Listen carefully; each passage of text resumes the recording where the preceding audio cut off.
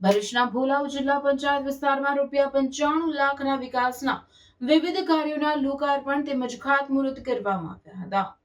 આગામી સ્થાનિક સ્વરાજ્યની ચૂંટણીઓના માહોલ વચ્ચે ભરૂચની ભોલાવ જિલ્લા પંચાયત વિસ્તારમાં વિકાસ કાર્યોની ગતિ આપવામાં આવી રહી છે। ભોલાવ પંચાયત વિસ્તારમાં ગટર અને માર્ગ સહિત કુલ 95 લાખના વિકાસ કામોના ખાતમુહૂર્ત તથા લોકાર્પણ કાર્યક્રમોનું આયોજન કરવામાં આવ્યું હતું। આ કાર્યક્રમ ધારાસભ્ય રમેશભાઈ મિસ્ત્રીના હસ્તે યોજાયો હતો।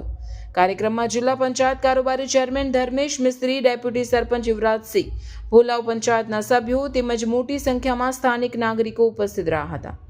કાર્યક્રમ અંતર્ગત નારાયણ કુંજ અને નંદનવન સોસાયટી વચ્ચે 25 લાખના ખર્ચે અંડરગ્રાઉન્ડ ડ્રેનેજ લાઇન તેમજ 40 લાખના ખર્ચે માર્ગ નિર્માણ ખાતમુહૂર્ત કરવામાં આવ્યું હતું। આ ઉપરાંત ભોલાવ પંચાયતથી પાર્થનગર સુધી 30 લાખના ખર્ચે પૂર્ણ થયેલી અંડરગ્રાઉન્ડ ડ્રેનેજ લાઇનનું લોકાર્પણ કરવામાં આવ્યું હતું। ₹40 લાખના ખર્ચે રાજ્ય સરકારની મુખ્યમંત્રી નોન પ્લાન ગ્રામીણ સડક યોજના અંતર્ગત આરસીસી રોડ પણ બનાવવામાં આવશે। એની સાથે સાથે ભોલાવ ગ્રામ પંચાયતથી પાટનગર સુધી જે અંડરગ્રાઉન્ડ ડ્રેનેજ નાખવામાં આવી છે ₹30 લાખ ખર્ચે એનું લોકાર્પણ પણ કરવામાં આવ્યું છે।